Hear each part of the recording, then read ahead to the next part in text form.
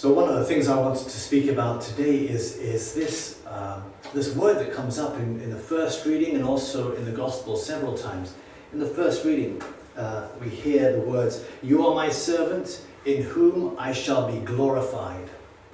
And then in the Gospel, "Now the Son of Man has been glorified, and in him God has been glorified." If God has been glorified in him, God will in turn glorify him in himself and will glorify him very soon.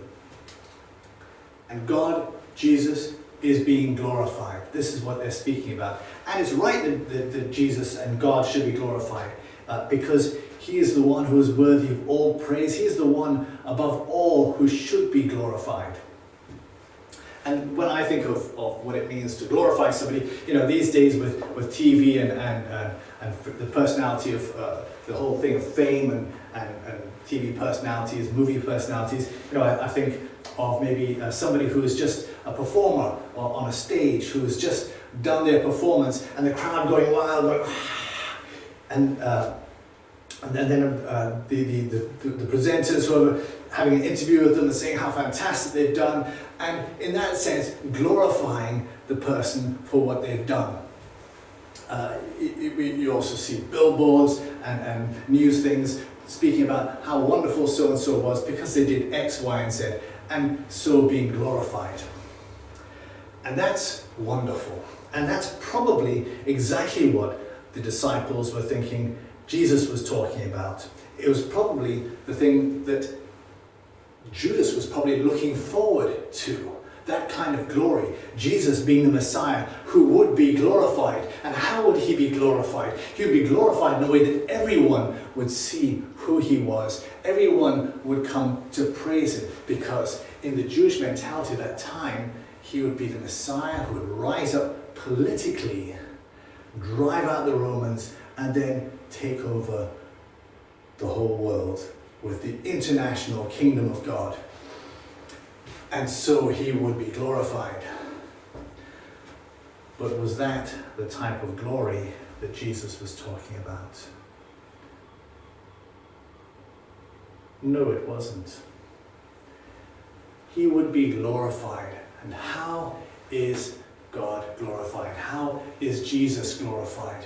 He is glorified here. Hidden beneath this cloth is the cross. And Jesus is glorified at the cross. God is glorified at the cross. How is that glory? How do we understand that as glory? That is someone being brutally tortured, slowly killed over many hours. Where is the glory in that? How can God possibly be glorified in that? It doesn't make sense. It is idiotic, foolish. But we know that the wisdom of God is greater than the wisdom of man.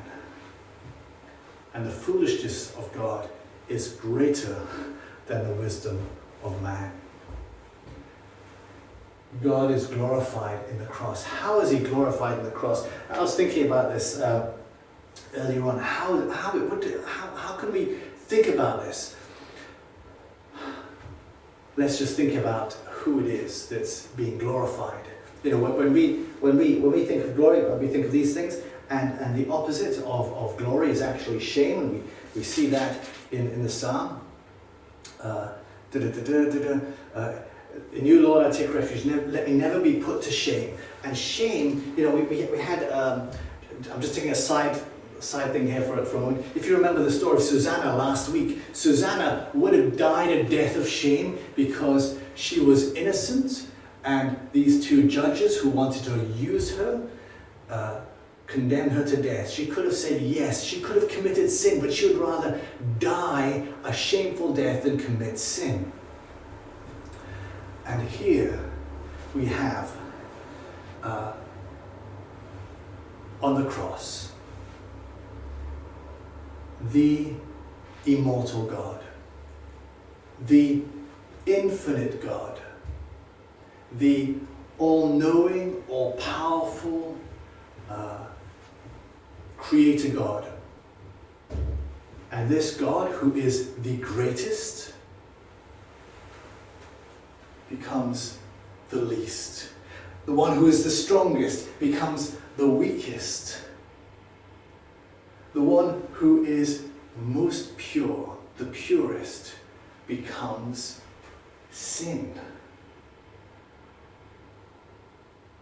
God, the Infinite One, lowers himself to become nothing. Philippians, on Sunday's reading, we heard in Philippians, his state was divine, yet Christ did not cling to equality with God, but emptied himself to assume the condition of a slave, and being as men are, and became as man, and being as men are, was humbler yet, even to accepting death on a cross. Death on a cross, which was a curse for the Jew, which is a shameful death, dying as a sinner, as a criminal.